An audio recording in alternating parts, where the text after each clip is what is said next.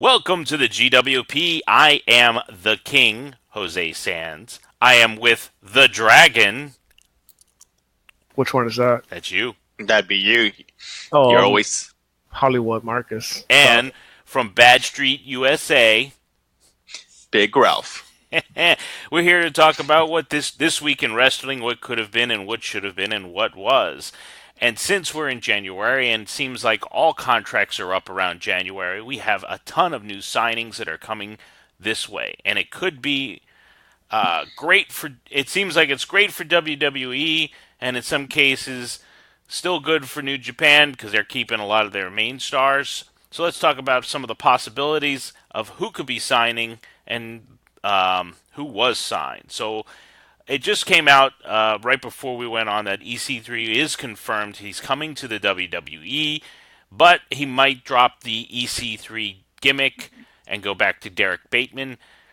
Ooh, I don't know about that name. I don't know about that whole process. I think he needs to go and be EC3 because he made himself a big name with that character. What do you guys think? I just read that he owns the name to the EC3 character. Like, he actually owns the name to it. So, I mean, it would be beneficial to him to use the name EC3 because I think that name carries a lot of weight. Derek Bateman, It doesn't sound exciting. Right, it doesn't sound it at all. And does he go to the main roster because he was a former champion in TNA, or does he go to NXT? I think they put him in NXT. Now, if he goes with Derek Bateman, then yes, NXT. If it's EC3, he should go to the main roster. Because I know they have a stigma about having to prove yourself in NXT before you get called up, but since he never really proved himself in NXT the first time he was there, they might send him back down there first. Plus, I think the roster right now is oversaturated, the main roster at least, so I think he would be a good fit on an NXT roster. Yeah, I think he would be a great fit on the NXT roster. Plus, if he is going with a different character like Derek Bateman, it helps him develop that character. If he's going to play it any way, shape, or form different from EC3 or from the EC3 character. I just think EC3, the name carries so much weight in the professional world. So I agree. I think he should be EC3. He probably wants to start fresh in a new company, so he's probably that's why he's thinking of changing the name. Oh, no, it's not him thinking about it. It's the management thinking about changing it. Right. Oh, okay. Right. Yeah, no, they should keep the name. And so, three signings that we have confirmed, and I'm probably going to get the name wrong, but one of them was, is it Candice LaRue? Candice LeRae. I wrote LaRue on my sheet here, and I realized that it probably was wrong. But Candice LeRae, who we all know, well, maybe not everybody, but is Johnny Gargano's main squeeze. And is it great that she's coming to WWE? She's Mrs. Johnny Wrestling. She's Mrs. Johnny Wrestling. Is it great that she's coming to WWE? Is it great that she's coming right on the eve of the first ever Women's Royal Rumble, which will go on last? What do you guys think about the signing of Candice LeRae? It's gonna go in the middle, but I don't think she'll make it to the Royal Rumble. But I like it that she's there. Really, I think was she not in the Mae Young Classic? She was. Right, so she already has somewhat of an established character of some sorts, and people do know her as Mrs. Johnny Wrestling. Why not put her in as something different, something new? You need 30. So far with Paige being, out removed. maybe, or removed, you got one down there, and then you only got certain surprises. So I don't know. I think she's in. I mean, if you watched the Mae Young Classic, she was over. Yeah, she was totally over. Yes. I'm not sure if it was because she's Johnny Gargano's wife or the circumstances behind her being over, maybe her indie work, but I mean, well, she's really popular. Wasn't she with Joey Ryan as the cutest tag team, the world's cutest cat team, or something like that? That I'm not sure about. Right? They were like, did the mixed tag, and they would do really silly things because Joey Ryan Has I would need to research that among some matches, but I mean, she's over, and you want to use her, especially what city is the Royal Rumble in? I don't know. Philadelphia. Yeah, that's a really smart city, so she would do well. I think people would know who she was in Philadelphia. Yeah, but Philly's a big wrestling town, big wrestling city. Yeah. I think it was at one point New York, Philly, and Chicago. And Boston. That was the ones that were the East Coast or the Upper East, and then you had the South, which was like Georgia, North Carolina, and all that. Those were the big ones. Charlotte, North Carolina. Charlotte, yeah. And then we have a tag team that was signed, which is Hanson and Raymond Rao, which is called War Machine. War Machine, I'm not too familiar with, so I don't have any opinion. But it's always good to get another big man tag team in there. I mean, they need some. I mean, the tag team, the group, the tag team people. I don't know. Each brand has a good set of tag teams right now, and they like to break up and put back together a bunch of people. So it's great to have a new addition. I mean, we just had the Revival come back this past week. You have the tag team scene going pretty good on both ends, both SmackDown and Raw. NXT is just got 2 that I can think of. Well, 3, 4. Okay, so they got a good number. So tag team scene seems to be doing very well. I don't know them. Does anybody have an opinion on them coming or not? Yeah, I saw their match at Wrestle Kingdom 12. Okay. They lost, but I mean, Yes. it was really fun to watch. They were really good. I liked them. Yeah, are they just a bunch of Killian Danes? No, they're really good. They're agile. They're fun to watch. I think if you saw them, you would enjoy them. Well, I mean, Yeah. We were promised that we were going to get Wrestle Kingdom 12. Oh, I don't know. I don't know who promised you that, Yeah, but I don't know. I know. Someone promised it, but I don't know. I forget who it was. So you might have to sign up to the network for 999 yen. Oh, you've just been told that you need to sign up. But I mean, I do have worst a pun sign on.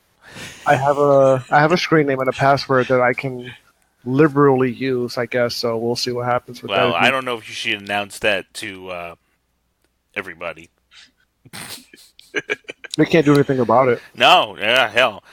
You're going after Meltzer, you're going after McMahon, now you're going after the 9,909 again. So I don't care about Meltzer. I don't care about Mick Mahan because he's evil. So New Japan can come at me too. All right, let them all come at you. So the last next week he's gonna say TNA come at me. Yeah, TNA come at me. Everybody come at me. Or Dude, Impact TNA, Force, whatever they want to call themselves.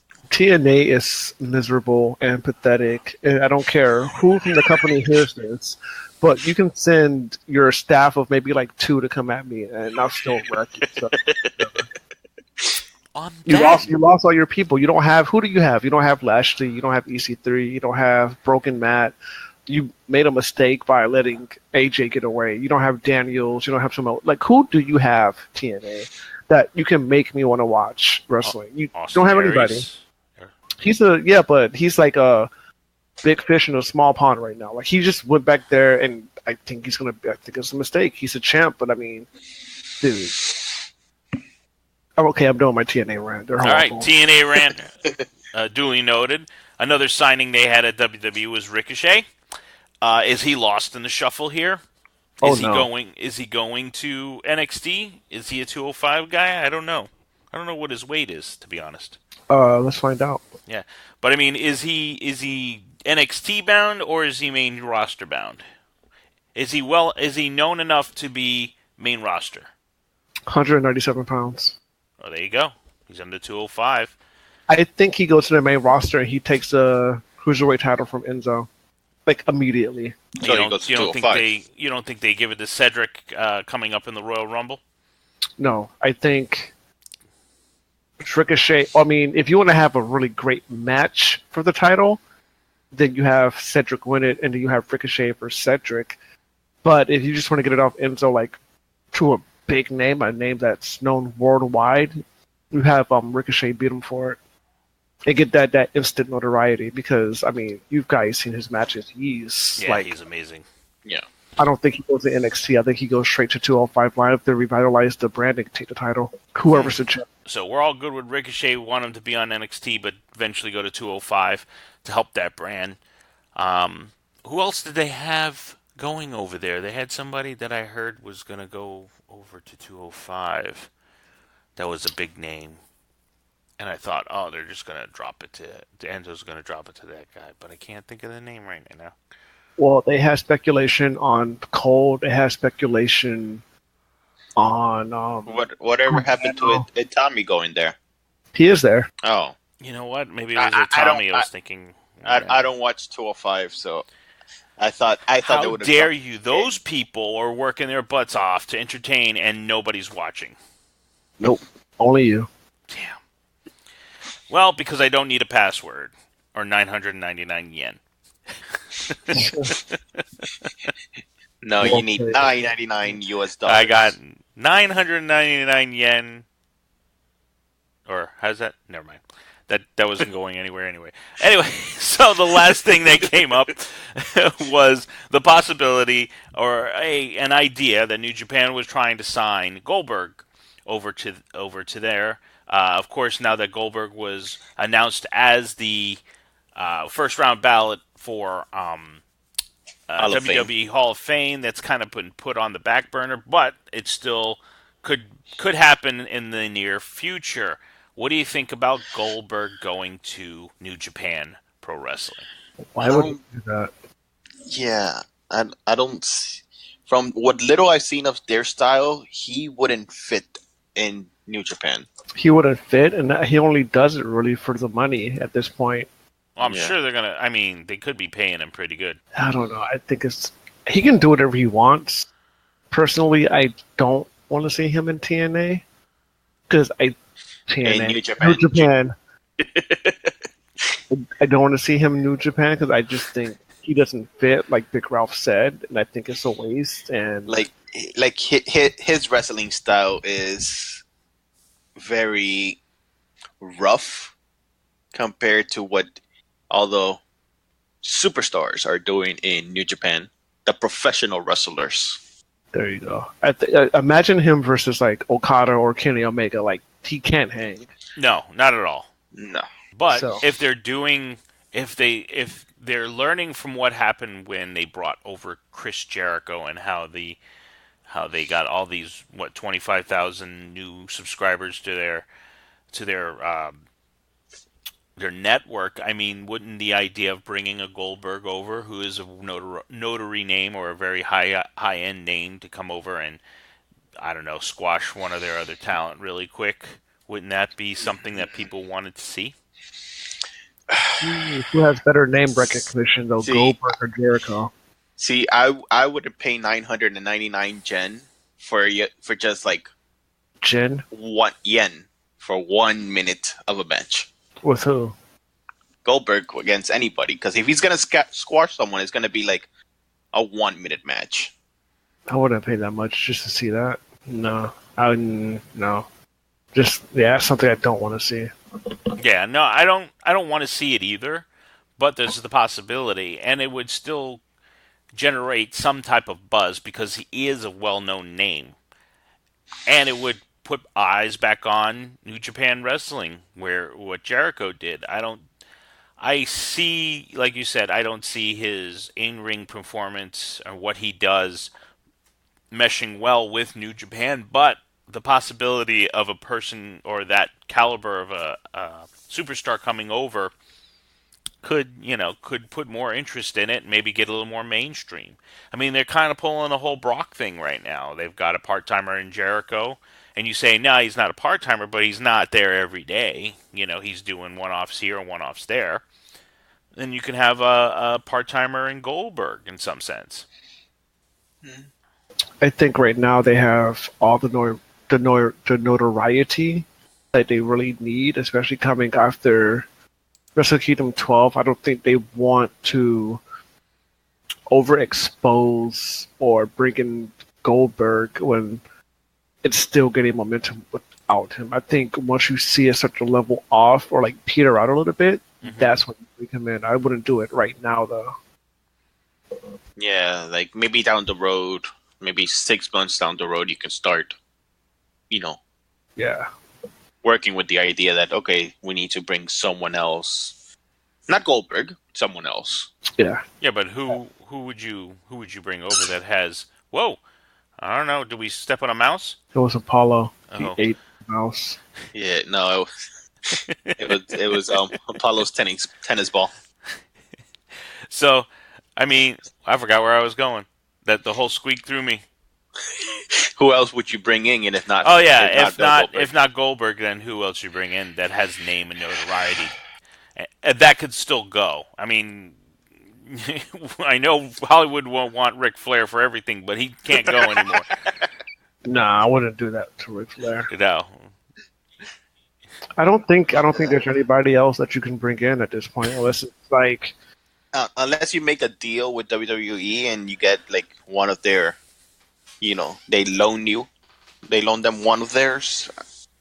Yeah, but who would you would loan? Maybe someone who's been there before, like a Shinsuke Nakamura, like an AJ Styles, something of that caliber. What about Especially RVD? if you do loan a AJ Styles with the title. No, bring in RVD. RVD, come on. Wow. RVD does. Look, I like RVD and all, but he doesn't have that notoriety as Goldberg. He's well known, but come on, I don't think he's the caliber of a Goldberg or a Jericho. I mean, he's a champion, of course, but not the same. If you can work it, I would say CM Punk. Yeah, that would be big. And he might. Yeah. I mean, it's not WWE, but he might. You never know. That's a possibility, but if he's into the whole UFC thing right now, it might not be on his radar, and he might not want to go back.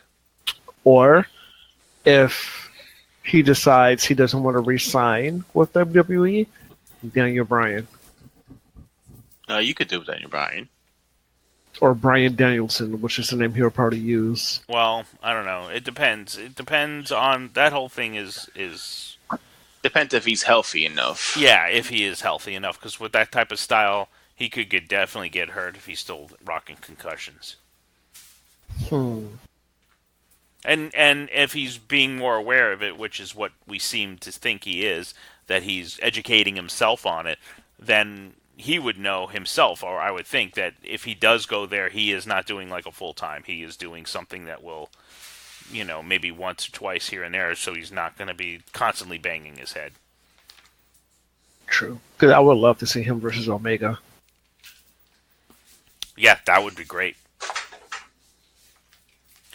So, one of the other things that happened this past week in wrestling is that Bobby Roode, after the U.S. title tournament finished, and Bobby Roode is your new U.S. Title holder. How do we feel about that? Is it great that we have Bobby Roode finally have a title, or should it have gone to somebody else? Like, should we have put a U.S. title on Shinsuke or something like that? I don't think it's great. I think it's glorious. I set up that one, didn't I? Damn it. I didn't think you were going that way. I thought you were going to say it sucked. But you caught me. Like I wasn't. No, he swerved. You should have caught it. Yeah, well, I caught it when you started it. When you started, I didn't. When you started going, it wasn't. I was like, oh, damn it! I set that up. I've been drinking the drink of happiness, so my reflexes are a little off. Yeah. No, I liked it. I liked that he got the title. It gives him the opportunity to see what he can do with a title on. You can't always just have him chasing it and not winning it. Do you think this brings back Dolph Ziggler to challenge him for the U.S. title? Yes. Yes. I don't want to see those two in the ring again after their last program, but that's where I think it's going. And why not put it on somebody like a Shinsuke Nakamura? Why isn't he worthy? He's not in the title picture at the moment. He could have been in the tournament. It was kind of a lackluster tournament. You kind of knew who was going to win. You're like, oh, these two are together? Okay, well, he's going to win. Oh, these two are together? Well, this one's going to win. It was kind of predictable. I think Shinsuke is too damaged at this. Yeah, but putting a title like the U.S. title on him would have definitely boosted him. It would have boosted him, but he would have needed to be presented, I think, a little bit more serious before the tournament, so that when he enters, people will say, "Oh, wow, Shinsuke's in it. He might win it." Oh, I'm sure that people would look at it and think that, oh my God, Shinsuke's in it. He might win it. I mean, he's still super over. I mean, he's consistently in the main event, whether he's Randy Orton's tag team partner or not. At this point, it's just he's consistently there. And then when they say we're putting you against our top talent here on SmackDown, and you've got AJ Styles, Randy Orton, and Shinsuke, that's who they're considering. Those are their people that they would consider the main title people. So why not put him in the U.S. title for a time? I honestly will put Kevin and Sammy right now above Shinsuke. Well, they're in a program that's going to do that, so of course. Yeah, unfortunately, Shinsuke's not in a program. Yep, he's just floating out there. Maybe he's going to win the Rumble, like I predicted. Well, we'll see. We have predictions next week. Predictions show next week. And my confidence has been rattled since I got defeated tonight in Checker, so I don't know how my predictions are going to be this year. Was that live? It wasn't live because she didn't want to go live. And so there's no proof. So how do we know? I'm telling you, she beat me. Why would I lie about that? Yeah, I don't know. I think you're just letting her. I think it was one of those things. It's like, I'm tired of doing this. Let's make it interesting. I'll just make a move this way and let her do it. Nah, she beat me. I feel like she's asleep too, so I have no reason to say this otherwise. Oh wow. But however, my friends, I digress. I mean, I've seen a good portion of Bobby Roode's work in TNA, especially when he was the world champion and multiple time tag champions with Chris Harris and James Storm, and I think that he worked and deserved to get this title because he's really good, like super good. Now I have a question. Now that he has the title, do you have him go heel?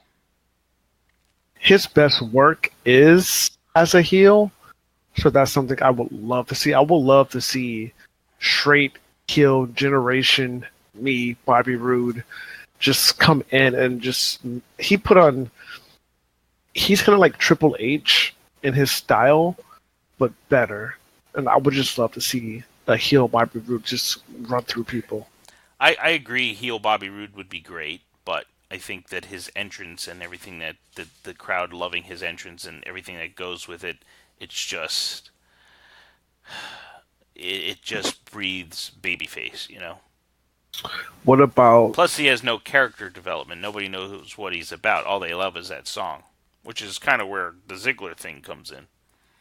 Could you give him the Sammy treatment, though? Because Sammy still has the same interest music, but now it's just an obnoxious bother. You could get away with it, but I think at this point he comes in with such momentum. You keep him babyface until, I don't know, something happens, or you put him in a program with somebody like a Shinsuke again. Put him in with Shinsuke again, and let's see what they can do on that, and then make him go heel. Interesting. I think that with the whole program that they have with Dolph Ziggler going, that he serves better as a babyface. Because everybody wants to hate Dolph anyway. So I think you keep him babyface for a while and then put him in a program with somebody that he could turn heel to. That would be like Shinsuke, smart. Like a Shinsuke. You know what I mean?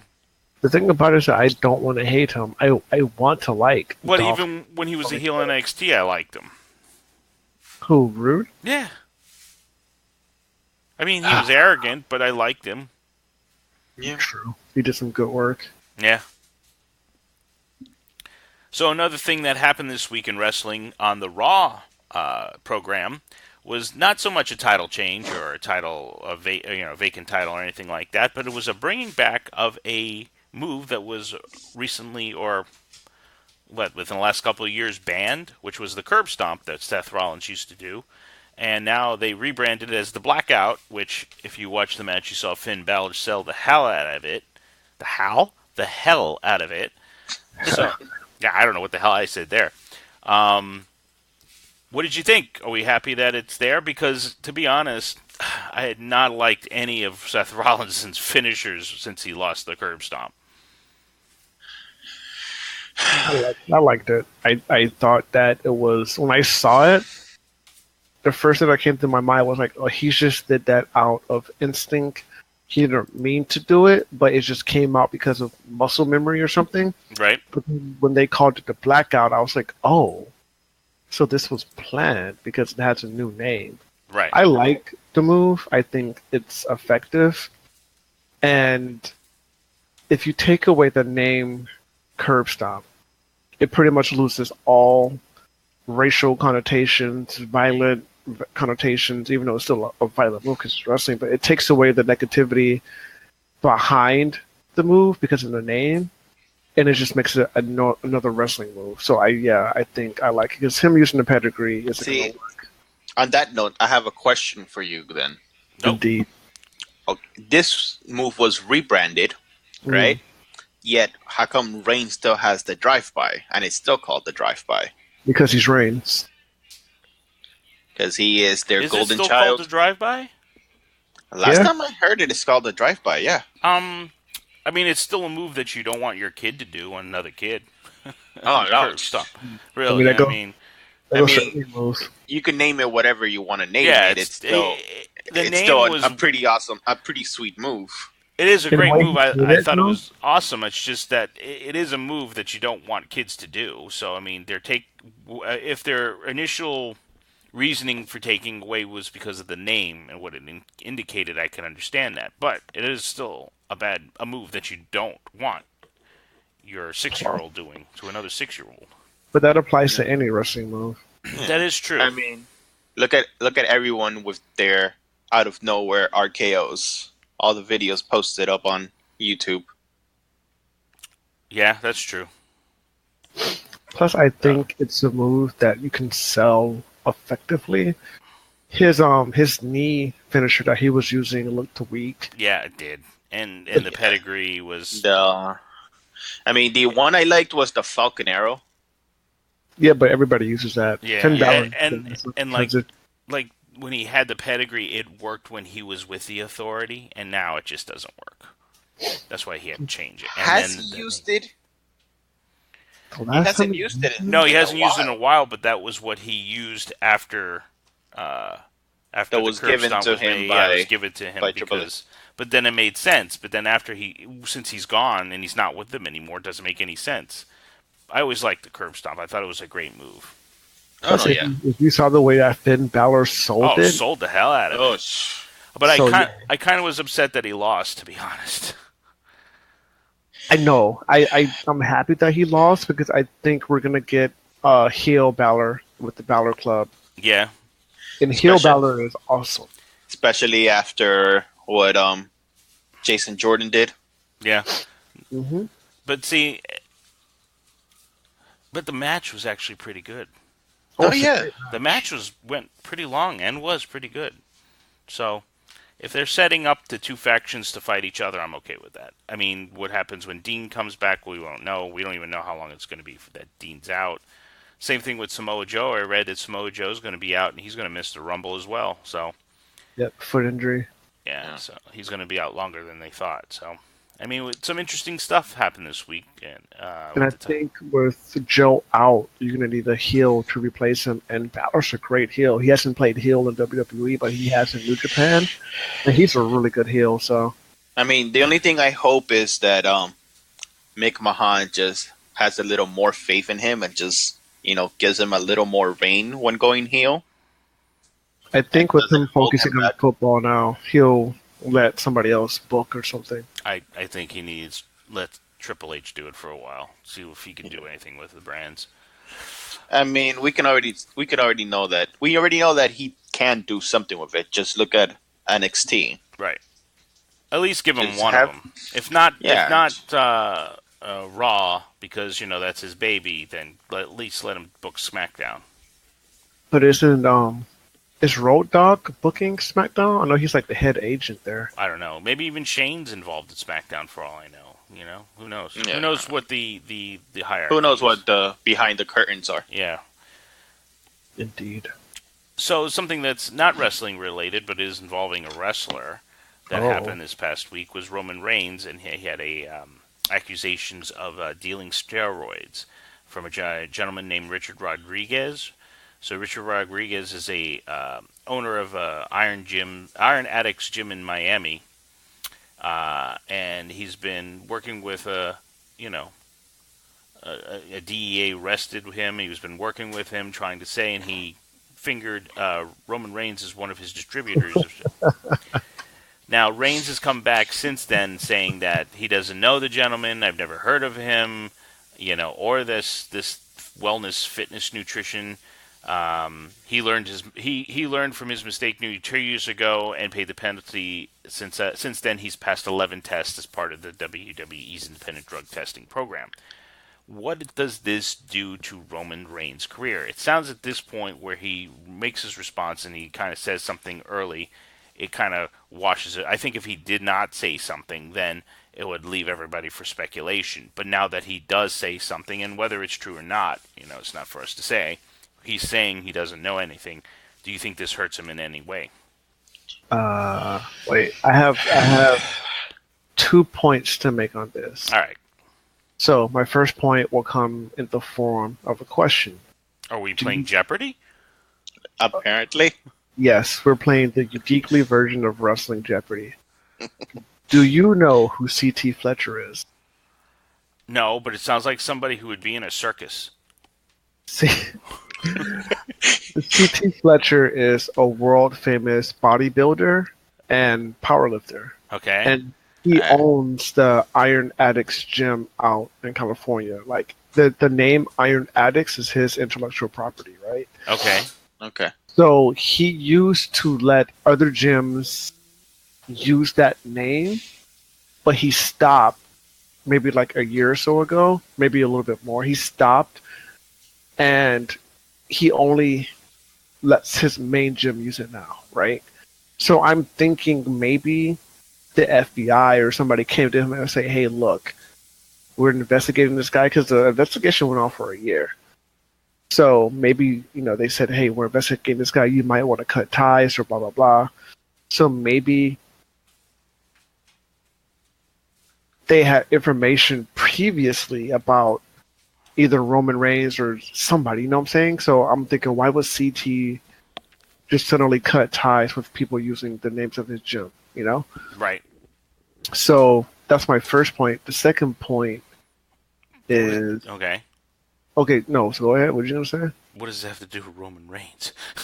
What it has to do with Roman Reigns is that if my speculation is correct and the FBI were already investigating somebody, then, I mean, it wouldn't be too far to say that Roman Reigns was getting steroids from this person. And the reason I say that is because he might be getting the Hogan treatment, which is my second point, where I'm pretty sure Vince knew Hogan was taking it. I'm pretty sure he knew Warrior and Macho Man were taking it, right? But he didn't say anything because they're the top cash cow. Because what you don't see is not illegal. Exactly. And plus, Roman said he's passed all these drug tests, but did he really? Well, on that note, like, again, he's pointing fingers that he's a distributor, not a user. So if you're not using, you're just selling it, you wouldn't have it in your system. Again, just speculation, not throwing any dirt anywhere. That's true, but the gist of what I got from it was that he was a partaker in the ring. Like, they were selling it to him, like he's a part of the ring of people receiving from this guy. Maybe I might be wrong. Maybe he's a seller of the drugs. I read But that he was a seller. Let me see if I can get a little bit more information here. So maybe we're blowing this out of context here because the article that I pulled up does not tell you. It says Rodriguez raided the gym, accused of being involved in the distribution chain that imported goods from China and then manufactured legal steroids in Arizona before distributing them out to the Miami area. The client included at least 50 customers in the Eastern District of New York. It was noted that he made over $10 million in the distribution of illegal steroids. But it doesn't say what Reigns' part in it was. Let's see if I can find that. But anyway, I mean, what does this do? What does this do to Roman Reigns and his career? Does it actually affect him in any way? Or did that he denies it, or him denying it kind of puts him in a spot where people are like, well, he said no, so he's fine. If it's true, he's done. Yeah, if it's true, he's out. Like, but it's that's the it. proof. And how long will you have until you get the proof?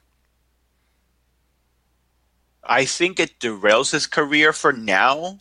Does it though? Only well, it should. Let's put it this way. It should. Now, will it? I'm not sure because I am not Mick Mahan and I don't know how he thinks. But it should derail his career just because it should be at a standstill. It's like, okay, we're going to wait and see.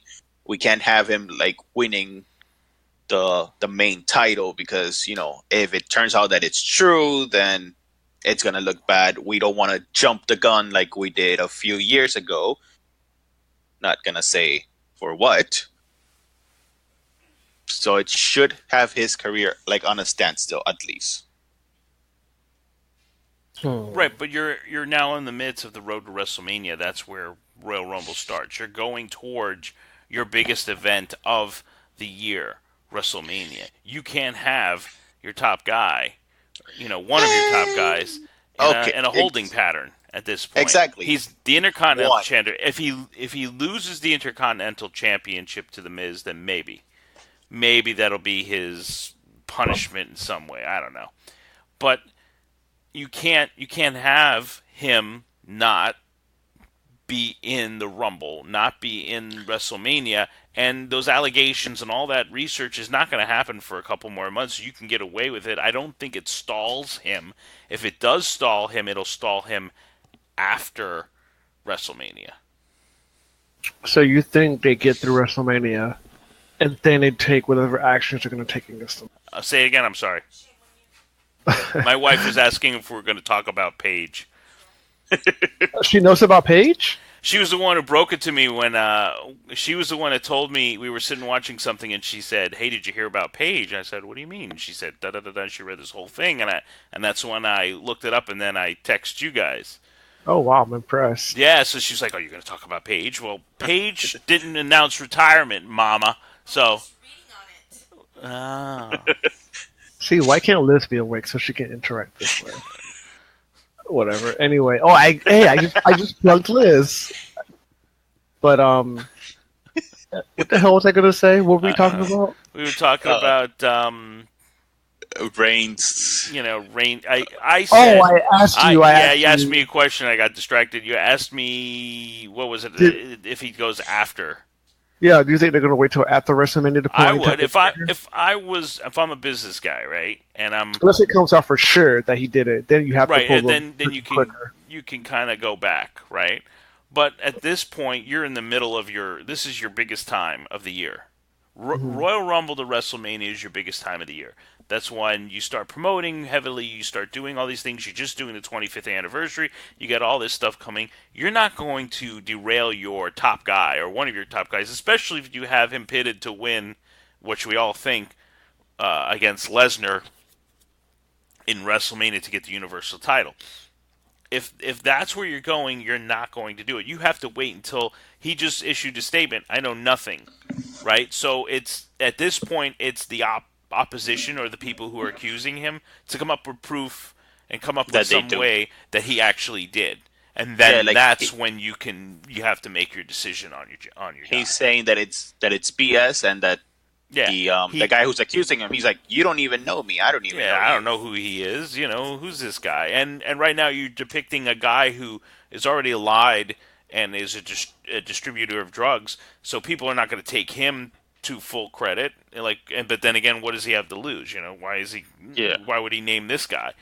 He also named, I think, Mark Wahlberg and Josh Josh Duhamel. Duhamel. Josh- So he named a very broad name of people, in different fields. So I don't know. I think that with him, if he didn't respond, it would make him look worse than if he did. Than he did, because he did. You kind of go, well, all right. If you're just a person who heard it for the first time, say, hey, this guy. Well, what did he say? He says he didn't even know him. Yeah, okay, well, I don't know this guy. Without him, I watch Roman Reigns and he's fine. You know what? If he says he didn't do it, he didn't do it. So, and then you're now it's their job to be like, hey, I got to prove that this guy did do it. And then that's when WWE has to step in. But you're not gonna derail your plans at this point, especially if you're just starting. I mean, you got 1 week, 2 weekends? No, this weekend, next weekend. next week Next it's Royal weekend. Rumble. Yeah, it's a Royal Rumble, and you're already planning your 25th anniversary is Monday. You've got Reigns in a title match against The Miz. I kind of feel like if we ever went somewhere, and I'm like, hey, Joe can get me in, you were probably big leaguing me, and be like, I don't know that guy, and I wouldn't be able to get in. Okay. I don't know what that really had to go with. Oh, sorry. Are you saying I would totally leave you outside? You're saying that I would be this guy? I don't know that guy. I think you would do that to troll me. I think you would. I think so too. You guys think so low of me. No, we think highly of you and your troll abilities. All right. So I think does anybody else have a comment on what they think about Roman Reigns and all that? I think he did it. Him and OJ, right? OJ didn't do it.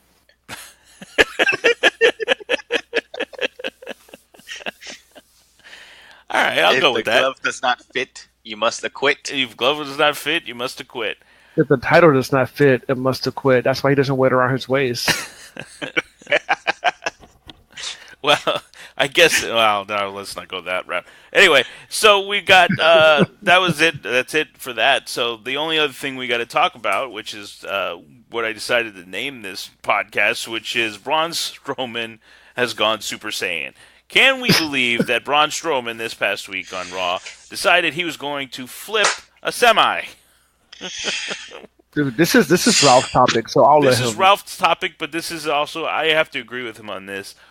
Why, if we're overpowering this guy Braun Strowman, why is it that I cannot believe how can I believe one that Brock beat him on a one-on-one match with one F5, okay, and then two that he shouldn't be winning over everybody, like he should be the Universal Champion at this point.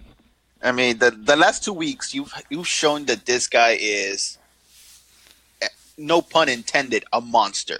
Like, there's no other word that can describe him. He dropped that what's that? Those steel The steel grates or garters the or steel grades, yeah, whatever those things are. on two human beings, and he showed no remorse. Now I know that's his character, but that's what you're building him up to be. Right. Then the next week, you quote unquote fire him. He goes all out, beats everyone and anything that gets in his way, and then you have him flip a semi. A semi. I have not seen Brock Lesnar, I have not seen Kane flip a semi. So you're going to have him lose at the Rumble. Like, how is that a believable story? I agree. How is this guy just too crazy? And one, if I knew that if I got fired, if I throw a fit and just toss somebody's car, that I get my job back. I mean, that's pretty amazing on its own too. A $12 million semi. Look, we know you just flipped this car, but guess what? You got your job back, and you're in the match. You're still in the match. Oh, that's great. I'm still going to flip it. Ah, what the hell? I don't understand. I don't understand it either. I mean, where were the days where we used to call the cops? We don't call the cops anymore. No, they did call the cops, and they're like, you know what? But Forget it. usually the I cops canceled. get there. It's like I canceled the call. I'm Yeah, like, I canceled the call. It's like, Snitches get by that stitches, time, man. the cops You know should have what? already been there. We didn't have enough local wrestlers to be cops this day, so we guess we just canceled the call. You used I don't. It's them all as like security guards. Yeah, the only ones we had for security, and now we don't know what to do. We don't have anybody to be.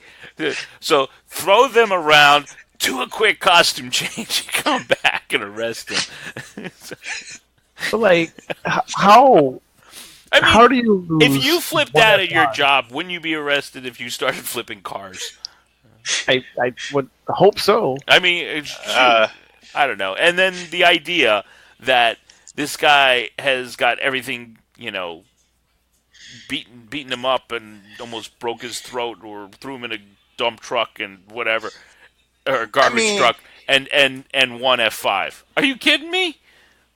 I mean, the whole time he was feuding with Reigns, they were building him up the same way. It's like he's this powerful, he's this and this and this, and it's like you don't do anything with him. Yeah, you flip over ambulances, you flip over semi-tractor trailers, you pull down. You rigs, smash him inside the ambulance, and he still gets up a week later. like nothing. He gets out of that ambulance, and he's like, I don't need help. I'm gonna walk on my own. I would be flat on my back. I'd be like, F that. Excuse my French. Give me a stretcher. I'm not getting up. I'm not walking on my own. Yeah, that's why I don't like if he loses to one F5. I don't understand how he loses this match. The only way I can see him losing this match, and it's still very not plausible for me, is that Kane takes the F5 and just that one F5 can defeat him, even though he's the big red machine, the devil's favorite son, whatever, and still one F5 is going to beat him too. So Yeah, I mean, they've already built that Kane and Brock, have never faced each other, So they built that. They put that plot point in there. So I mean, we all think. I mean, I don't know anybody who doesn't think that Kane is there to take the pinfall, but it could be that swerve we got from like what happened with Ziggler. It could be Braun who gets the pinfall. I hope not. I really hope not. If you pin Braun Strowman, If you F5 him one and you pin him and you win, I'm sorry, I'm done. I'll stop watching wrestling. I'll do Even it. Undertaker, it took what? I think it took like 3 F5s. Pretty much. That was more believable. They just one F5 and then that's it. I don't. WWE don't. You don't want to lose my $9.99 a month. You don't want to like have me talk with my power and my sway through this podcast. You don't want me to like besmirch. They'd be product, losing so. $19.98. Yeah, you don't want that. So come on, WWE, do right. Because if not, I will besmirch your name all over the internet. You can come at me too. Jesus Christ. All right, And so you guys have any more on this subject about Super Saiyan Braun Strowman, who probably shouldn't lose any match ever, and just Not lose any match ever, but you have to build someone else to a level where anything is possible for that character. Whether he is Finn Balor in his Demon King persona, or the Kingslayer will now become the Monster Slayer, but put some effort into beating Braun Strowman. Not just, Brock Lesnar is the beast and he can do whatever he wants to. No, I just don't see it anymore. I mean, isn't this what they did with Big Show and Kane and Taker? I mean, they were all built as monsters that you couldn't defeat, and then somebody defeated them, and then they were beat up every day, so all the time after that. So, I don't know. I just think they built Braun up to just a crazy level. Like, I don't even think Taker was at the level that they've built Braun up to. Well, that's what I'm saying. I've never seen anyone flip an ambulance, flip a semi. So you've built him with this superhuman strength, rivaling Superman. Super Cena? Super Even Cena, even stronger than Super Cena. Oh damn! Because you don't see Super Cena flipping semis. If you're stronger than Super Cena, I don't know, man. Exactly. But then again, Super Cena has been lacking lately. But that's another topic for another day. yeah. Fair point. So yeah, it's just. I really hope that either A, you incapacitate him by just chopping at his legs where he can't walk.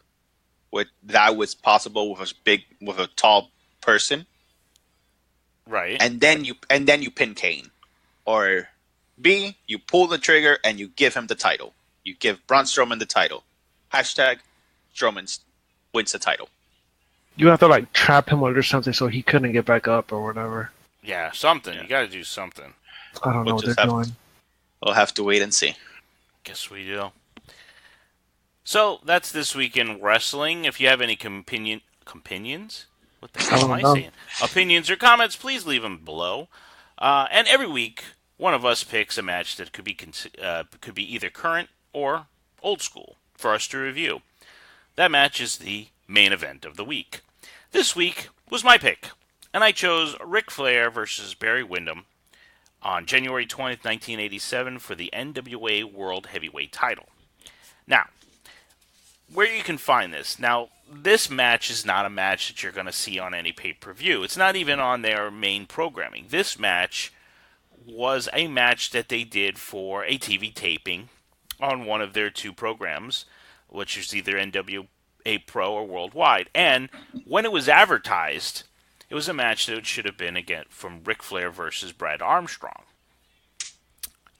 But at one point in one of their other programming, the Four Horsemen jumped Armstrong during an interview, so they substituted Windham. So nobody knew that Windham and Flair were going to be fighting at this point. So the attendance was low. And then they went out there and put on, a 35-minute match, I would say? 30-minute match? That was just brutal. TV time remaining. Huh? It was TV time remaining. I don't know how much time was left. And so unannounced, nobody knew it was happening. Replacing a person that they did announce in Brad Armstrong, and they just tore the house down. Now this is what? This is Flair's third person that you can name in the last couple ones that we did that he just decided that this person is going to be over. I mean, you had Sting, you had Dragon, Steamboat, and now Barry Windham. But the thing is, with Barry Windham, I haven't heard anything since. Like, I knew Barry Windham when he was part of the U.S. Express. I knew Barry Windham came to WCW, NWA. I didn't know Barry Windham can go. I knew Barry Windham was good. I just didn't know he can go. The only thing I knew about Barry Windham was his loss against Goldberg. Yeah. I did not know that we had this person here. So the question I had, two questions, is that how many matches did Barry Windham have? Well, against Ric Flair. Well, I found 3. And they all were very good matches, but this is the one that went to time limit, and he lost the other 2 to Flair. The only time he ever won the WCW or NWA champion was when Flair was gone. When he had that little stint back in WWE, and he won it against the Great Muta. And then Flair comes back trying to get so he was kind of a placeholder until Flair came back, which I don't know if that's demeaning in any way or anything, but he did deserve it. If you go by the 3 matches, if you do watch the 3 matches with Barry Windham and Ric Flair, if you go by those matches, he should have been in the main event more than some of the other people that were there. And I just question why. Politics, I think. Yeah. You think so? I mean, because you guys saw the match, right? Yeah. Yes. Now, I mean, the match was intense. They were all over. They look exhausted, and at one point, Windham should have won. See, I have one comment, and it's a quote about that match, and it's from the late Dusty Rhodes. It's, "Give me 2 cervezas." Give me 2 cervezas. Yeah. And commentary, you had Tony Schiavone and Dusty Rhodes, right? So, by all means, this is a pay-per-view caliber match that It was a people, pay-per-view yeah, quality that match. you had what, like I said, 10,000 people were in, which that stadium that they were in, I think it was in North Carolina as well, could probably hold more. But they built it such a lower card, and then they got this, and then these two decided they were just going to go all out. Like this seemed like it was supposed to be a match just to fill a match, and it wasn't supposed to be one of the a match, and it was just like what, we're going to go out there and we're going to tear the house down, and that's what they And they did. did. Now, I don't know the NWA rules as good as I think, and maybe Hollywood, you could kill me on this, but I thought that it's okay for them to get knocked out over the top rope, but it's not okay for them to get thrown over the top rope.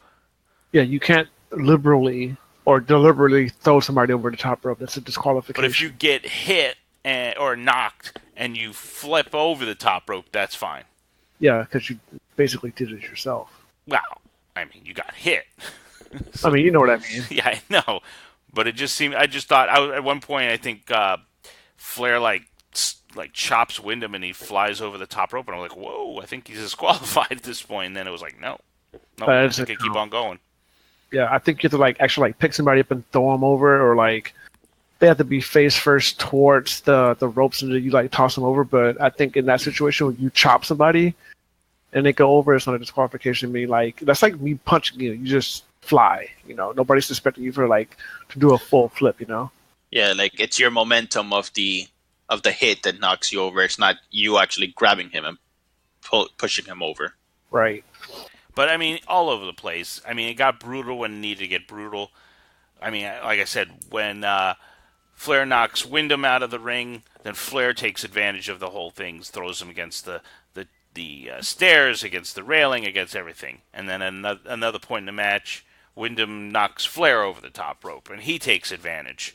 It goes back and forth, back and forth. I think, and this is just my opinion, because I don't know what it was, and maybe it is politics, but we always talk about the Flair Dragon matches, which are great, and this was a great match. And I hadn't seen the other two, which I did my research because I was curious. But why do you think they didn't even put the title once on Barry Windham if he had three matches with Flair? Since they were so good, and I researched again. Researched the titles. These are, I know we don't like him, but he rated them very high. These matches Meltzer did. So Meltzer matches, if we go by him as the standard, and then widely known by a lot of people, because if you research it, you find a lot of reviews on it. Why didn't they let him? Why didn't Flair put him over more by giving him the belt? Politics, I'm going to say, because that's back, but the Horsemen were in full swing. Ric Flair was at his height. I mean, But what weren't they still doing the territories at this point? Like I couldn't find anything that tells me why they didn't put the belt on him. I think it would have to be politics, straight politics. They didn't think And they would. He no, was a better draw actually, than I Flair. stand corrected. No, Wyndham was supposed to get it, and he was supposed to get it from Flair. Because I think Wyndham was a part of the Four Horsemen right before Flair went to WWE. But when Flair went to WWE, plans changed and they Right. went with somebody else. So Wyndham was scheduled to win it. He was supposed to win it. But Flair leaving threw a monkey wrench and all of that. And I remember watching an interview with Barry Windham where Barry Windham was very bitter because he was like, it was my turn. I was supposed to have it, but Flair decided to leave. And when he left, it changed all the plans. So yeah, he was supposed to get it. Oh wow. I just after watching this match and seeing everything and watching how it played out and the way they went back and forth and the exhaustion, and it looked like Wyndham just had him. He looked like he had Flair, that Flair was spent, that he was done, and that he couldn't get out of this one. And Yeah, it looked like it was just, hurting him up. yeah, and it just looked like, and I just thought to myself, why didn't this guy get the belt? Why didn't, if they fought three times that he didn't do it, and the one time they did fight, it was against the Great Muta, which is fine. He deserved it, at some point. But why not against Flair? If Flair thought that he could put over Sting, he could put over Dragon, and I'm assuming he figured he could put over Windham, how come Windham didn't have the same star power as the other two? You know? You don't hear Windham that much. No, you He's don't. very underrated, I'm starting to see. And I don't know much about him, so I'm also kind of intrigued. He has a brother too, Kendall Windham, which isn't that good. Well, he's good, but he never got his due as well. Right, so can we safely say that Barry Windham is an underrated wrestler? I think so. Yeah. Because, I mean, if anybody watches this match, if you decide, hey, and the way to find this match, the way I found this match, it was under the WWE Network under Hidden Gems. Because, it's not a pay-per-view. It's not a actual televised show. It's not one of their WCW Worldwide or whatnot, or it's a pro. It was like a house show that they taped, for one of their programs that they do in the South, I think, where they have a little bit more wrestling, or the WCW NWA wrestling, where they had a little more programming, so you couldn't see it, and so this is why it's called a hidden gem, because it's not one that you would find on any pay-per-view DVD or any, hey, this is the best of Nitro or the best of WCW Worldwide or Saturday Night or whatever. It's just a match that was not billed anywhere and appeared out of nowhere, that was taped for the title, and these two guys just decided to bring it. It was amazing. Do you know who Barry Windham's nephews are? I know that... Wait. No. Tessa Blanchard is no, that's Magnum TA, right? Mm-hmm. Yeah, so no, I don't... nephews? I bet you... Yeah. Aren't they Bray Wyatt and Bo Dallas? Yes. Yeah. I knew the family, like, I knew the Windhams and the Blanchards and the Magnum and all those people, and what's those guys? I want to say Irwin are shysters, but they're not the shysters. Oh my. Rotundas. I knew they were all, very close and very, like, their families were big together. I wasn't sure where they fell. Yeah, so that's a little bit of a trivia question for people who don't know that. So that's a match. If you're going to check it out, I think you can find it on YouTube. I did do a quick search before, and I did see bits and pieces of it. But to get the full match, especially with Dusty's commentary, I would go to the network if you have it. If you know a friend who would mind giving you their username and password. Yeah, man. And check it out, because it is a great match. I mean, does anybody else have anything to say before I start signing off?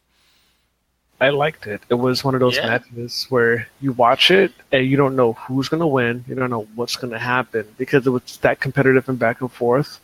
Windham took his turns at offense. Flair took his turns at offense. Everything looked believable. Liz didn't like it. She was like, the hell am I watching right now? But I enjoyed it. It was a nice old school match. There's psychology and it was perfect. So yeah, it's good stuff. I'm happy that you was it, because I had seen it before, but I forgot most of the details. But it was good. No, I enjoyed it, and like I said, it made me have a new appreciation for Barry Windham that I didn't have before. Because to me, he was the Widowmaker, which was a terrible character. Yeah, you don't want to talk about killing people's husbands on TV, you know.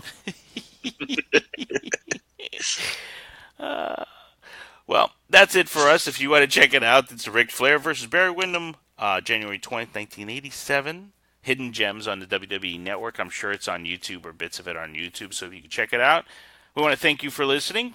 We are part of the Unique Geek Network, so look for us on our website, ugeekly.com, which is UGEEKLY. Under that same name, you can follow us on Twitter, Facebook, and Instagram. We are also on Podbeam and Apple Podcasts, so please subscribe and leave a comment. And if you can, give us a 5-star rating. Until next time, I'm the King, Jose Sands.